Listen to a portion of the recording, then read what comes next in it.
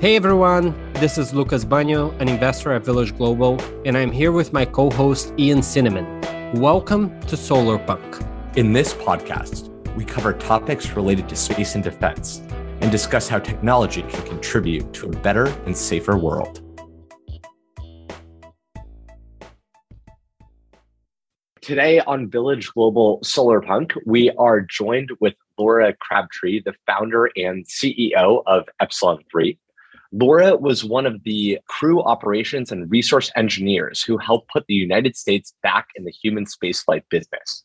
Among the initial members of the operations team for SpaceX's Dragon spacecraft, she was also on console for the first Dragon mission in 2010, the first mission to the International Space Station in 2012, and part of the commercial crew contract over the next decade, including the mission that delivered astronauts to the ISS in 2020. During that mission, Laura was the lead trainer for the crew and one of the core operators who communicated to and advocated for the crew during the free flight. Laura's proudest moment was receiving a call on her personal cell phone from astronaut Doug Hurley when he was orbiting above the Earth and operating both the first commercial cargo and crew vehicles in free flight. During her time at SpaceX, Laura was also part of the early F9 recovery, Dragon recovery, and Dragon operations teams. She was responsible for crew and ground operator flight training, flight software test, ConOps development, and simulator design. Over the years, Laura authored, tested, and executed hundreds of procedures for both ground operation teams and crew on board Dragon. Laura began her career at Northrop Grumman, working various programs for DARPA and other DoD customers. She has a bachelor's in astronautical engineering and a master's in systems architecture, both from USC here in Los Angeles. Laura, welcome to Village Global Solarpunk. Thanks so much for joining us. What an amazing background. Yeah. Thanks, Ian. It's a fun, wild ride for the last number of years. So you've gone really deep in space. That is quite an amazing background. Where did this love of space come from? Why space? How did you get into the place you're in now? There is a long history of that. It starts with, I guess, the very beginning when I just watched a lot of the shuttle launches when I was a kid. I would get up early. I remember all of them that I watched in the early days, and I put up, glow in the dark stars on my ceiling, and I looked up at the stars and I tried to map the constellations, and so many memories of space. And then when I was looking at universities, my mom said, what interests you? And I thought, well, I like space. That's what I want to do. And I said, I want to be an astronaut. And she said, well, do you want to do some kind of engineering? And I said, yeah, I'm going to do space. So it was between chemical engineering and astronautics. And clearly you all know what I chose. And then I guess I just never looked back. I always had a love for the space business and what kind of opportunities it could open up. And then after I got into it, I basically never wanted to leave. Well, you left SpaceX to go start Epsilon3. So that's not leaving the industry, but it left this amazing career that we just talked about. What got you to leave after all of those amazing accomplishments? And give us a little background on what Epsilon3 is. Sure. So Epsilon3 is a web-based procedure platform to help space companies basically run their billion-dollar missions and not make mistakes. So we are deep in process, planning, execution, traceability of operations. So it helps companies kind of organize around their operation, which traditionally has been sort of an afterthought. So we are supporting a lot of different companies that you may have heard about, and super excited to bring the capabilities that we're offering to market. Leaving SpaceX, it's a place that most people work for a number of years. And I'm sure a lot of people have talked about it, but one of my friends described it as a pressure cooker. It is a place where you basically dive headfirst into literally everything you can think of. And while I was there, I, started dating my husband, got married, had 2 kids, and it was my identity. So, leaving was very hard. And I had to basically unwrap myself from everything that was SpaceX and figure out what I wanted from there. And that's when I decided to found Epsilon3. That's amazing. And Laura, on that point, Ian and I have heard a lot of people, and I'm sure you have as well, say that SpaceX's biggest contribution to the industry and to humanity may not even be SpaceX itself, but all the amazing people that are leaving to start companies in this industry. What was it, in your perspective, that made the talent, the culture, and the company itself so special? And now we have like hundreds of individuals like you that are excellent and are starting companies. I think it's the lack of fear of failure. It's not that failure is unacceptable. It's that failure is okay, and it's a means to learn and grow. And it's also this kind of thinking outside of the box and not listening to people when they say you can't do something. Traditional aerospace, you have a plan, and the plan is executed exactly from start to finish. Maybe not exactly, but very closely from start to finish. You have a budget, you follow the budget. At SpaceX, nobody ever talks about budget. We talk about schedule, we talk about risk, we talk about technical problems. And the budget is something that comes into play as soon as you completely blow things out of the water. I mean, it's not like we don't talk about it, but we didn't talk about it a lot. And so I think that sort of mentality is what you're seeing now in the industry, which is awesome. I love it. And I think we're all in agreement that space is just vital for our country for many reasons, both for ambition, for optimism, but also for defense, for geopolitics, and many other things. From a defense technology, pride perspective, et cetera, right? For you personally, why is space so important? Oh, man. Well, there are so many things that we're doing in space that maybe people don't know about. I was at a conference last week for space called Space Symposium. And at the conference, there were protesters. And the protesters were saying, no more satellites, no more this. And all I could think was, do they know what those satellites are enabling? They have a cell phone in their hand, yet they're protesting space. And the satellite has GPS technology. People are working on IoT, 5G, Bluetooth from space. There are all these advancements that technology in space has enabled on the ground that maybe people don't think about every day. And seeing how what we're doing in space can affect how we live on the ground, I think is something that probably everyone in the space industry needs to kind of rally behind and get that message out. I think there's also kind of the final frontier exploration piece that is really important. Humans are not sedentary. We want to explore, we want to discover, we want to build. And space is just the next frontier in which we're going to be building upon. Incredible. So speaking of space being the next frontier we're building upon, you at Epsilon3 are significantly enabling that. And when most people think about how to enable the further exploration of space, they think about building rockets and building satellites and building ground stations, and training astronauts. Epsilon3 might enable those things, but doesn't do any of that. You're not touching hardware. You're not. You don't have a giant factory where you're, loading, giant tanks of fuel and all that. It's a completely different type of business. So, right. Talk to us a little bit about your software first approach and how you even got the sense that this is a problem that needs to be solved. What led you to going from, okay, great, we're making all these amazing strides at SpaceX where we just have to get on schedule, to saying, I'm leaving and I'm going to take something that I realized and go build software? Yeah. I kind of go back to the digital transformation of letters, of email, of collaborative tools. And I want those collaborative tools. I want those sort of process efficiencies in space. And what led me to think that this was something that could be utilized in the industry is, I was at SpaceX for so long. We developed tools in-house, as do many space companies. But that is a really good thing for each company, but it doesn't transfer. The knowledge that you learn on one platform doesn't transfer to another company. You can't share cross-platform. And there are a lot of sort of problems with that.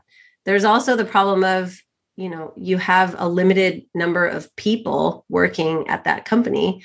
And for a lot of startups that we see in the space business nowadays, they have limited resources. They only have 20 or 50 people. How are those people going to build tools for themselves? And in short, they're not. Most of those companies use off-the-shelf tools and don't build tools to make themselves more efficient. So when I left SpaceX, I talked to tons of people in the industry to sort of figure out what their biggest problems were. And that's how I decided that Epsilon3 needed to get built in the way that it's being built right now. And we utilize the feedback and the desires from our customer set to sort of help inform what the product needs to be going forward. Because I can tell you without any doubt that what I thought we were going to be building when we started this is different based on the feedback from our customers. And that's wonderful. I love that. So the best example I can give is, Microsoft Word. Let's say you have a Word document. It's good for me and I save it somewhere on my desktop. But let's say I want somebody else's feedback on it. I've got to attach it to an email. That person downloads it. That person puts comments on it. They have to put it into edit mode so they can track their changes. Then they email it back with a different version number with like a new tagline of a new name that says like comments from Laura. I don't want all of those processes to have to happen. I just want there to be a platform where when you're designing your operation, you can do everything in one place. And so that's what Epsilon3 is bringing to the market is you don't have to attach things to email. You don't have to download copies and forget where you saved it. That's what, we're making easier. And before, the industry wasn't really big enough to support enterprise software tools. But I think we can all agree that the space industry and those surrounding it are growing and still growing, that they are big enough to support that. So anyway, sorry, that was a long diatribe of things. No. This is great. And Laura, if you go back a decade ago, it used to be the case that one had to be a billionaire to start a space company, right? Yeah. And then now we're seeing people coming out of SpaceX with amazing experience in starting new space companies. It still feels to some degree that building a space company requires deep space knowledge of the space industry, and also strong understanding of systems thinking and other skill sets. How do you recommend listeners to identify opportunities in the industry if they're not domain experts? And do you think that we're moving forward to a world where we're going to start seeing people starting space companies that actually don't really have that background? I think it depends on what piece of the space industry you want to start a business in. For certain aspects, you actually probably need to be somewhat of a domain expert or have a co-founder or multiple co-founders that are domain experts. But you don't have to have everyone be a domain expert. So, I guess my suggestion would be start diving into podcasts such as this one, other publications. There are some really great newsletters and learning about what is going on in the space industry and then seeing where the holes are. There are tons of books and newsletters that people are learning from every day, and space experts are coming out that don't have deep domain expertise. I think for Epsilon3, it actually is very, very helpful to have domain expertise. And so I'm very thankful for the time that I had deep in the space industry. And I don't know that it would be really easy for someone to start what we're doing without a little bit of domain expertise, or a lot in my case. Laura, when people are looking at these systems and trying to get that domain expertise, I think for a lot of other industries, there's easy ways to get up to speed, right? If you want to be a software engineer, you could take online courses. You could quickly learn all of that. Do you have a recommendation for people listening who are passionate about this industry and want to learn more? Is the right path go get a job at SpaceX? Is it go get a job at Epsilon3? Like, how can our listeners dive in and really learn more about the industry? Right. There are actually a couple of courses that are directed at starting businesses in space. There's one by a woman named Sinead O'Sullivan, and she is basically has performed a study of the space industry and offers like a multiple day course so that people can kind of immerse themselves and understand what's going on. And I don't think the answer is necessarily get a job at SpaceX, but you don't have to be a space person. You don't have to have an astro degree to get involved in the space industry. And I think that's the piece that people forget. There are jobs in HR, in benefits, in recruiting, scheduling, planning, software engineering, everything under the sun that people need in the space industry. And so just looking at different opportunities and finding what you're interested in will help kind of the whole industry move forward. Because I will tell you, I'm not going to go out and do marketing, but I have someone that will help with that. And I have graphic design and UI. So these are all different pieces that other industries have, but the space industry needs as well. And then within the industry, is there right now for kind of the systems that you're building and how a lot of these companies talk to each other, like you were mentioning some of the solutions that Epsilon3 has, is there a common set of APIs or processes for these different companies and, aerospace manufacturers to talk to each other? Are there common specs where, satellites are talking to the rockets that they're on or other things in that realm? So let me start with the first one, which is how companies will talk to one another. When people are manufacturing parts, I've heard from a lot of our customers that they'll get a spec in PDF and they don't have traceability of what sort of testing that part or that subassembly has gone under. And on Epsilon3, you could actually allow your customers to view that data set easily rather than sending a PDF. So that's something that I think could be improved. On the ground segment side of things, it's pretty complicated for a launch vehicle and a satellite, so whatever the payload might be, to communicate back and forth, or for the ground team to kind of know what each other is doing. And because Epsilon3 has a really simple API that's flexible for any of the command and telemetry systems that these companies are using, we can allow for multiple data sets to display, the payload data as well as the launch vehicle data at the same time, so that company can collaborate in one place rather than, I have to bring up the payload data or the payload GUI and the rocket GUI separately to look at the data from both. And Laura, why do you think that there haven't been as many companies like Epsilon3 really focused on building software to sell to space companies? It is the obvious answer that just 5 years ago, there were just not that many customers, so you couldn't really build a venture scale business. I'm curious if that's the only answer, if you have other perspectives. I don't know if this is the answer that you want, but it doesn't seem as sexy as building a launch vehicle. Lots of people really like the business end of the rocket and like doing rendezvous in space. And I like those things as well. But I also like a really elegant process. So for me, that sexiness kind of comes in the elegant solution of having a really good process that works for you, that you don't have to think about. That's what we want at Epsilon3. And so I think the fact that we are able to affect a lot of those missions. We're able to work with launch companies. We're able to work with companies that are doing rendezvous, that are doing satellite operations and constellation operations. That for me is the win. But again, as Ian said, I don't have a factory. I'm not building it. I'm just enabling that build and that operation to occur. That's awesome. And to double click on that, and we don't need to go over the Epsilon3 product roadmap here, but I'm curious if there are other opportunities for space, for software for space companies that you're excited about, that you think people are not really thinking through or building at this point.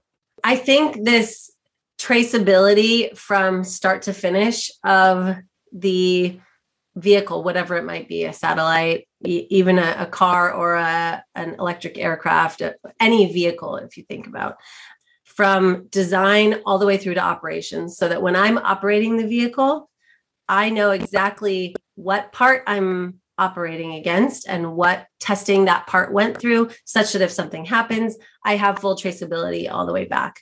People all the time talk to me about the digital twin. I think of this as digital traceability.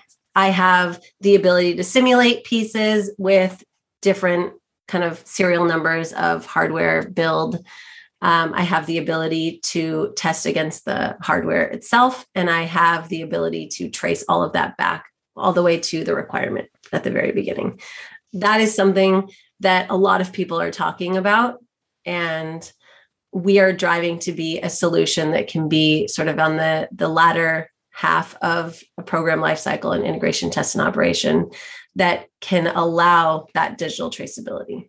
And when you look at other founders pursuing software in space, how large of a roadmap or how large of an opportunity do you see in front of it, right? Like, I think if you look at non-space companies, B2B SaaS, there's so many multi-$100 billion companies waiting to be built.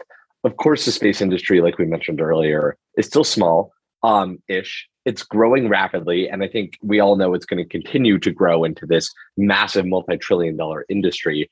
I'm curious if you see a lot of other space companies software space companies starting to emerge to fill in some of those gaps, or if you still think, to your point earlier, the cool, fun thing to do is to build the hardware. So you still think there's massive untapped potential there?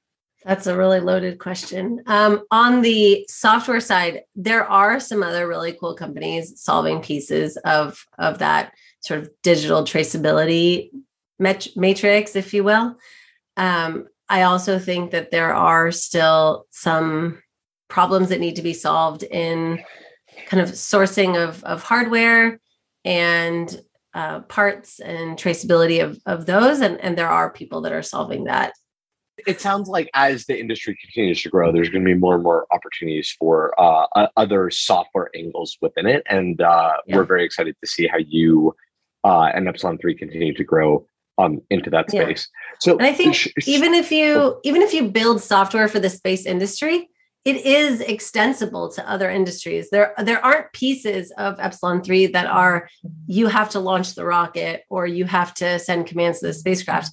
It is extensible to, we're supporting a hypersonics company, we're supporting a robotics company. There are a lot of other use cases for software like what we're building. And so it's not just the addressable market in space, it's the addressable market in complex engineering. If you're doing something where you need traceability, where you need to know who did what, when, where, why, how, that's where Epsilon3 comes in. So the flip question to that, Laura, where is it or when is it that existing software that is not dedicated to the space industry actually fails to serve space companies? Oh, that's a good question. Right now, I think there isn't enough extensibility from other markets in the space industry. The space industry needs software that is actually kind of tailored to the workflows, and nobody else is thinking about the workflows that space has. A lot of kind of locked down processes. You have people that need to approve and sign off specific things. So you want to specifically control a lot of parts of that process. And when you look at other tools, they're a lot more open and easy to change. So shifting the focus slightly to the overall industry, Laura, I'm very curious if you take a step back and look not just at software, but the space industry as a whole, both government, commercial, et cetera.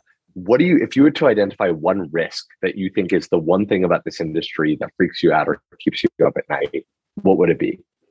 The thing that keeps me up at night is that, at least for the startup and the startup world, is that this like fictitious bubble pops. Something happens. Everyone is talking about how much money is being invested in space and how many investors are pretty bullish on the space industry. And, we've already harped on this a lot, but it is expanding for a number of years. But what happens if there's a big public failure and people get scared to invest? What scares me is that, space is going to grow, whether it grows in the startup space or whether the large government contractors continue to grow has yet to be seen. Other countries are growing their space industry and supporting really heavily. So, I have been talking to some Australian companies and some Canadian companies, and their government gives them money. It's not as hard as the SBIR money that everyone is fighting for in the United States. And, obviously we know about China and Russia and their space programs. I think that is something that keeps me up at night, thinking a lot of what we do is based on how much investors believe this is going to grow and how right now they're not that scared to invest. So of course that's definitely not going to happen with Epsilon3, but. Well, so on that note, I think there's something super interesting there. So you're building a software company, you're enabling all of these others. But if we look at the companies who are building the hardware, like let's take the Astra, for example, right? Incredible company, was able to go ahead and stack, be on the public markets, putting up satellites into space, and had a series of delays and then failures that led to their stock crashing down, and a big hesitation from a lot of investors right after that, not in the overall industry, but saying, should we keep investing in launch vehicles? Does that make sense? Or should we just go with the old reliable SpaceX? And God forbid there were ever some issue with the SpaceX rocket, that could cause massive risk to the whole industry, which I think is something that's very unique to the space industry. Whereas in other industries, it's kind of, everything is a little bit more in isolation. What do you think the best things we as investors, and then you as a founder and all of your fellow founders, can do to reduce that reliance on a single point of failure, like a large public mission failure or something in that regard? I think the risk is always going to be there, but I think we can't make decisions on what one company does or what happens at a single company, because the industry is so much bigger than what happens at a single company. So a very public failure, while being very bad for a specific company, doesn't mean that the whole industry is failing. We talked a lot at when I was at SpaceX about how I don't know if you remember, but Orbital Sciences and SpaceX were sort of in this race to see who would get to station first with their cargo mission. And it wasn't that we didn't want them to succeed. We just wanted to succeed first. And so I think that's how everybody in the space industry feels, is I want everybody to succeed, but if somebody fails, it doesn't bring us all down. Does that make sense? I love that. And actually that leads into the next question we want to talk about, which is, I think if you look at company versus company, we're definitely in a space race in that regard, right? Mm-hmm. Like everyone wants to be the first company to put up a private space station, the first company to do this or that. If you take a step back and look at the US, Russia, China, other countries that have space programs, do you think geopolitically we're currently in a space race? I don't think we ever left the space race. I think we've always been in a space race. A lot of people always say, space is for everyone. There aren't any borders in space, which basically means that if you occupy let's just say a space in space, that sounds really silly, but I had to say it, you now own that space. Nobody else can go there. So if you're going to, say, a geostationary orbit and you are placing your satellite over a given country, nobody else can go to that location unless they tell you to move, in which you say no. But you see where I'm getting at is like the first person to occupy a literal space is the person who then owns it. And so I don't think that this space race is going to end. The first constellation for satellite internet, the first constellation for interspace communications that is not operated by government, let's say. Those are all things that I think there is a race to get there first. And within the United States, it's within the rest of the world, first person to put up a commercial space station, et cetera, et cetera. So I don't think that this is going to stop. And I think that we need to, as the United States, continue to kind of reinforce that we need to move faster. We need to be better. because we will be competing for space with China, with Russia, with other countries. So, Laura, to dive deeper on that, how do you think we're doing relative to China and Russia and maybe other countries in that space race? Are there parts that were far ahead? Are there parts that were way far behind? Should people be concerned? And it would be helpful to paint the risks of what happens if we actually lose this race. I think we are ahead in a lot of different ways. What I think we need to do is ensure that we stay that way. I think we're behind in some ways. There is something that happened with the Russian ASAT test that I'm sure you guys heard about back in November of last year. And basically, I think we're behind in demonstrating our prowess to other nations. And there were hypersonic weapons that we don't have. These are all things that concern us, and we should be making sure that we can defend ourselves. So when you're looking at, other countries might have hypersonic weapons, do we need to develop that capability, or do we need another capability that's even better? Are other countries looking to destroy our satellites in space? Are other countries looking to jam our signals so that we can't communicate with our satellites? We need to be more proactive about that piece. I think technology-wise, we are doing a great job. We have a lot of technology in the United States, but making sure that we stay that way is I think, really, really important. And traditionally, one of the ways that we've stayed that way is something you mentioned earlier, which is government funding, right? Specifically SBIRs, many other programs that help enable technology companies via government funding. Earlier kind of alluded to the fact that those aren't the easiest to get. I think Lucas and I both agree with you based on prior conversations we've had and personal experiences.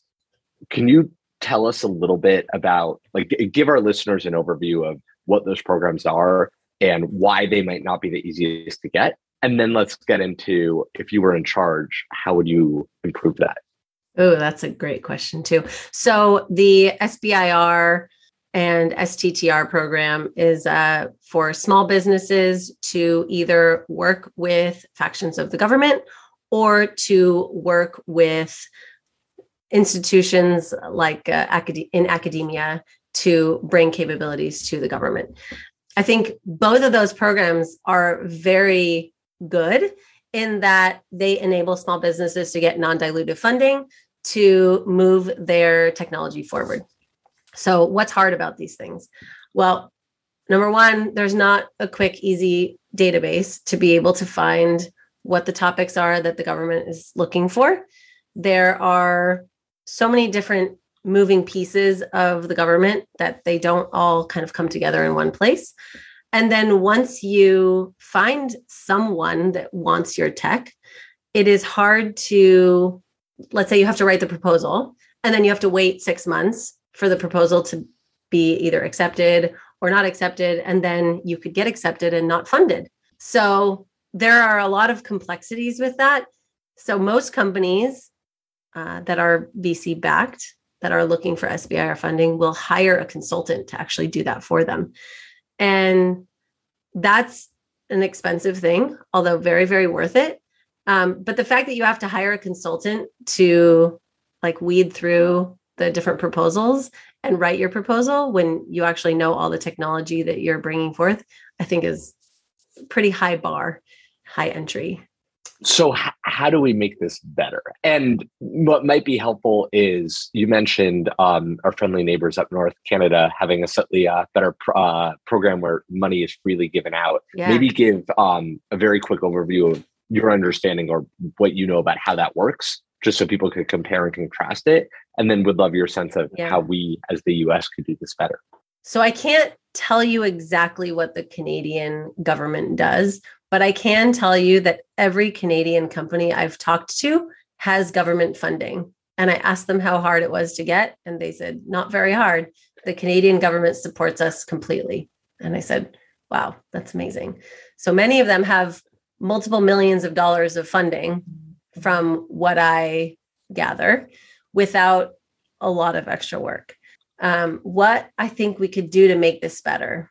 I wish there was a central place to find what kind of capabilities the government was looking for.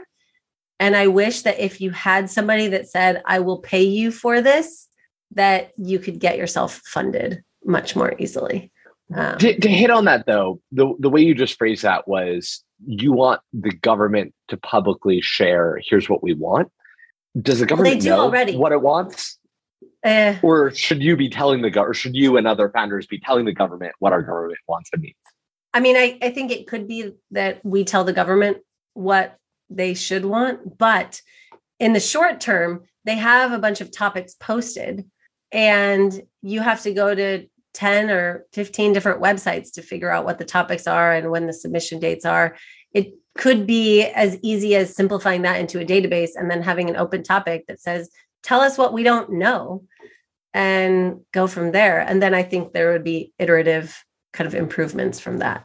So talk about the space industry a little bit more broadly, Laura. How do you think that everyday companies will be doing more in space over the next decade or so?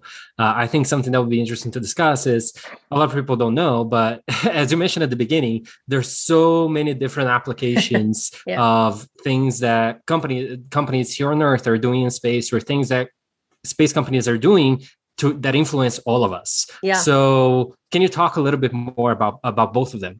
Yeah, I think, let me just start with, I think that the general public is paying attention more to the space industry. And I hate to have to say this, but I think it was because of 2020. And let's not go back to what happened in 2020, but let's talk about what many people have told me was the shining light of their 2020 year, which was, the United States was then again launching people to the space station from US soil. That was a big moment for people. And I think people were rallying behind that and starting to learn about what's going on in the space industry because they realized that we're still in a space race, going back to what we talked about before. So I think because of that, the space industry and everyone in it needs to start talking about what the future looks like. What's the future we are enabling? What is the future of what your smartphone can do? What's the future of how you're going to interact with Starlink or other communications satellites? What's the future of Earth observation and how is that going to enhance your life? How is that going to help farmers? How is that going to help track bees or natural disasters or fires? What are all of the things that are being done in space to enable that future of, protecting the Earth that we want to see? So I think that there is a movement to actually get there. And I think everyday companies will see a huge shift in how they utilize the data coming from space or the satellites, or even enable research in space on these private space stations that we're talking about. I want to see that future come to light. I love it. As do we. We want to see that happen too. Oh, sorry. No, you're good. But when you talk about being a space founder, a founder in this industry that's so hard, what is the most nerve-wracking part of being a founder in this industry? I don't know if this will surprise you, but it's the people aspect. The hardest part for me and the most nerve-wracking part is working really closely with a team and continuing to connect with them, being honest and being able to be yourself and be vulnerable so that you can truly lead the team forward. Being a founder, just kind of at its core, is definitely the most vulnerable I've ever been. I'm clearly married and have kids, and I'm very vulnerable with my family, but not with everyday people. And I think in order to be successful as a founder in general, or in the space industry, you have to be able to be vulnerable. So, looking back, you start a company with people that but maybe you don't know them very well. And over the course of a year, 2 years, you get to know them a lot better, and you have to grow with them. It's the same as if you are growing with your partner. And that is really hard. And so figuring out what you do when there are disagreements, or what you do when there's a little bit of tension, those are things that I think will make or break your company. And I'm just really happy to have great founders that are open and as vulnerable as I feel I need to be successful. And talking about kind of that mentality of founding a company, if we rewind, oh God, I think 18 months ago or so now, you had left SpaceX. I remember talking to you and you were discussing this idea of a better system and software for procedures and other components of software that would enable the industry. You didn't immediately say, I'm going to go start a company. That wasn't your first reaction. You didn't say, I'm leaving SpaceX and tomorrow, boom, it's incorporated. We're going and go raise money. There was, of course, talking to customers and understanding what the demand was. But even then, I think there was a little bit of hesitation in jumping in and saying, I'm starting it. Will you walk through kind of what were you nervous about? What were those hesitations? And how can we help other people who might have amazing ideas like you did for Epsilon3 overcome some of those hesitations? Yeah. Let me start with, I feel really lucky that after we founded the company, my co-founders sort of nominated me as the CEO. I didn't go in and say, I have to be the CEO of this company. This is what's going to happen. And so I feel very lucky to be working with such an amazing team. But as you mentioned, Ian, I didn't jump into this and say, I'm going to start a company. This is exactly what I'm going to do. And I'm going to go raise money. It was sort of a process of, what do I want out of life? What kind of change do I want to see in the world? And how can I affect that change? And after I left, I'll be honest, I was interviewing for jobs. I was thinking about what else I could do. And none of the jobs that I was interviewing for really spoke to me. They didn't give me what I think I needed to, what I felt like I could give back to the industry. And that's when I started talking to people about what their problems were and started kind of formulating this idea. And even then, I had a lot of thoughts, maybe like anxiety around going out and raising money, because I thought that this is something that is unattainable. There's no way that I can go raise money. And I think making it sort of demystified. Here are the things that you need to do to prove that your business can grow to a place where you can go raise money. I think that's the piece where I didn't have the confidence to go and do it, which thanks Ian for helping me on that route. And so for me, I just think that people need to develop a little bit of confidence to build what they want to build and go out and talk to the world about what they're doing. Well, on behalf of our planet and our country and engineers all over the world, we're so happy that you didn't take a job somewhere else and that you actually started Epsilon3 because of what you're enabling. I think another component that we've noticed with a lot of founders is, one, there's a massive gap in the number of female founders versus male founders out there, which is a huge problem. Within the aerospace industry or the space industry, I don't have the exact numbers in front of me, but my understanding is it's almost an order of magnitude worse. There are very, very few female founders and leaders. And I think that's a massive problem. What do you think we can do to fix that gap? I'm not sure how we fix that problem. I can tell you from experience as a woman that women probably need to be better at supporting other women. I read a book called Girl Code, which is probably not your favorite book, but it is about how women kind of lift each other up rather than cut each other down. It is hard being a woman. It is hard being a mom. It is hard doing all of these things at the same time. But I think we need to tell people you can chase those dreams. You can do what you want. And I know that sounds really cheesy, but don't let anybody tell you that you can't do something. You've got to go out and just take the risk and do it.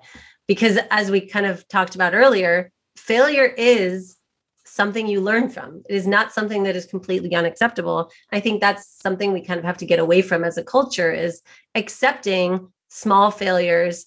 I mean, you're not failing miserably. You can always fail and get back up and do the next thing. And so that I think is really important to encourage in our current generation and the next generation. And I would love to see people going out and talking to schools about all the wonderful things happening in every industry, not just space. But it's definitely something that could and should be addressed more heavily. Laura, we talked about a lot of things today. If you're someone listening to this podcast and You care about the future of America, American values, and you also care about space, but you may or may not be in the industry. What do you recommend them to do? Well, you can email me if you want. I'm happy to field as many emails as people have questions for. I know this sounds really cheesy, but there's a huge space community on Twitter that is really supportive. And the industry itself is actually really open and welcoming, and especially the startup space. So reaching out to people on Twitter or sending random emails to people who you have questions for. This is definitely a way to like jump in and learn. And I'm not saying like go email all the CEOs of all the companies, but I definitely am open to it. And I'm sure others are as well. I've found that the industry itself is just really great. That's great. And I wanted to end on something that Ian mentioned at the beginning, and maybe you could share that story. What has been the most memorable moment in your career besides Epsilon3? This is probably going to come as a shock to you, but it is not the Demo 2 mission where we sent Bob and Doug to the space station. Is actually the first mission where we sent cargo to the space station. I don't know if you know this, but people equate every year at SpaceX to 3 years of your life. And so I did the math, and it sounds like I've lived 5 lifetimes in my working life. So, 1 as working at Northrop Grumman, 3 at SpaceX, and now my lifetime at Epsilon3. So, thinking back to all of the moments that I shared with my friends and coworkers at SpaceX, there was this one moment that I can't really ever get out of my head, which is basically we're sitting in mission control and our flight director gives us like the final go to approach for the robotic arm to grab Dragon. And the moment was very crazy where basically nobody breathed for, 30 seconds or so. And then finally, you hear Don Pettit say something along the lines of, "I've got a dragon by the tail." And I think that's my most memorable moment, because over the course of the 3 years prior, we had gone through lots of people saying we would never make it, that we were space cowboys, that we were crazy, a lot of people trying to cut us down. And it kind of taught us this perseverance, this don't listen to other people. And that has stuck with me through all of my future years since then. What an incredible story. Thank you for sharing that, Laura. Laura, real quick, you mentioned you want people to email you. How can people find you? On Twitter, email, website? What's the best way for people to reach out? Twitter, it works. I'm at LL Crabby, Crabbie on Twitter. Perfect. All right. Well, Laura, thank you so much for joining us on Village Global Solarpunk. Thanks, everyone. Thanks for listening. Check us out at villageglobal.vc, where you can find links and other information about today's episode.